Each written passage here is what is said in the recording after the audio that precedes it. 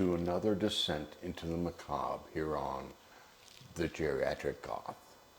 Today, we'll be taking a dive into my favorite haunted house movie, 1973's The Legend of Hell House. It's a British film based on a novel by an American author who also wrote the screenplay for the film. It fuses classic haunted house tropes with a science fiction vibe and is enjoyable and chilling. So let's get started. Directed by John Howe and adapted from his own novel by horror maestro Richard Matheson, The Legend of Hell House follows a team of 4 investigators who are paid a tidy sum to determine whether life after death is real. We're spending a week in the infamously haunted Bellasco house nicknamed Hell House. You got your classic ghost hunting archetypes: the skeptical physicist Dr. Barrett, his supportive yet wary wife, a spiritualist medium, and a physical medium with a tortured past. Together, they enter a house riddled with dark history, unsolved deaths, and spiritual unrest. What Hell House excels at is atmosphere. The interiors feel claustrophobic and timeless, dripping with dread, even when nothing is happening. There's very little gore or special effects, but the tension comes from what you don't see, from the house's oppressive energy. The cinematography uses shadows and deep reds to suggest the presence of something watching. It's like a seance, filmed through the eyes of someone already halfway to the other side. The performances are often earnest, grounded, and intense.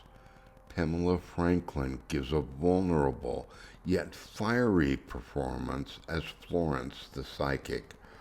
Roddy McDowell as Fischer delivers a tightly coiled portrayal of a man haunted by his past experience in the house.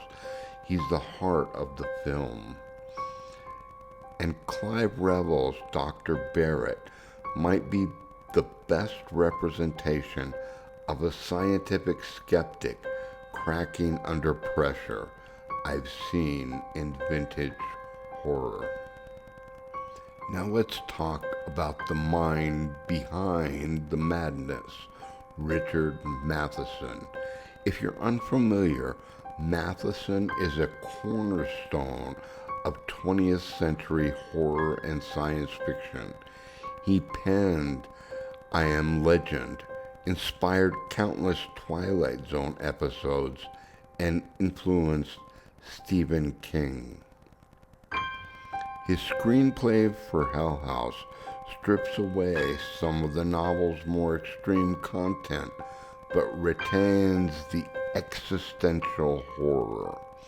Matheson was a master of mixing psychological torment with supernatural thrills, and that DNA is all over this movie. The Legend of Hell House is a perfect watch for those who prefer atmosphere over jump scares. It's the haunting meets event horizon with a side of Victorian morbidity.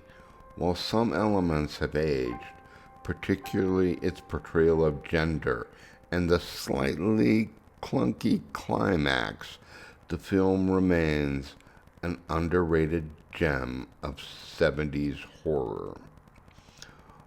On the Geriatric Goth scale, we'll give it 4 out of 5 coffins. It's a moody, brooding film that might not terrify you, but it will definitely haunt you.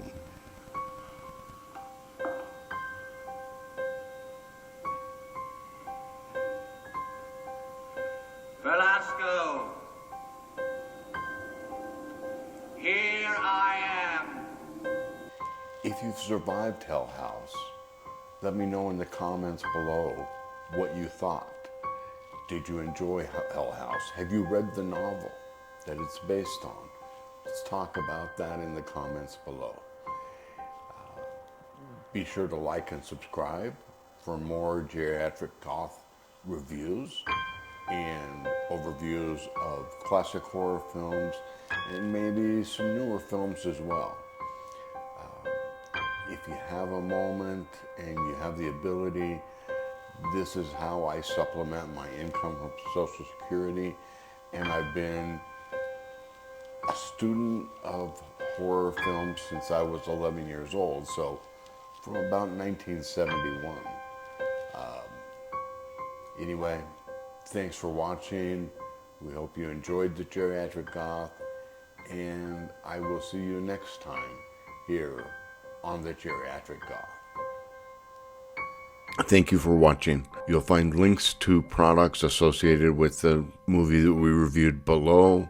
There's also a link to like and subscribe. If you enjoy what I'm doing, consider buying me a coffee through the Buy Me a Coffee app online.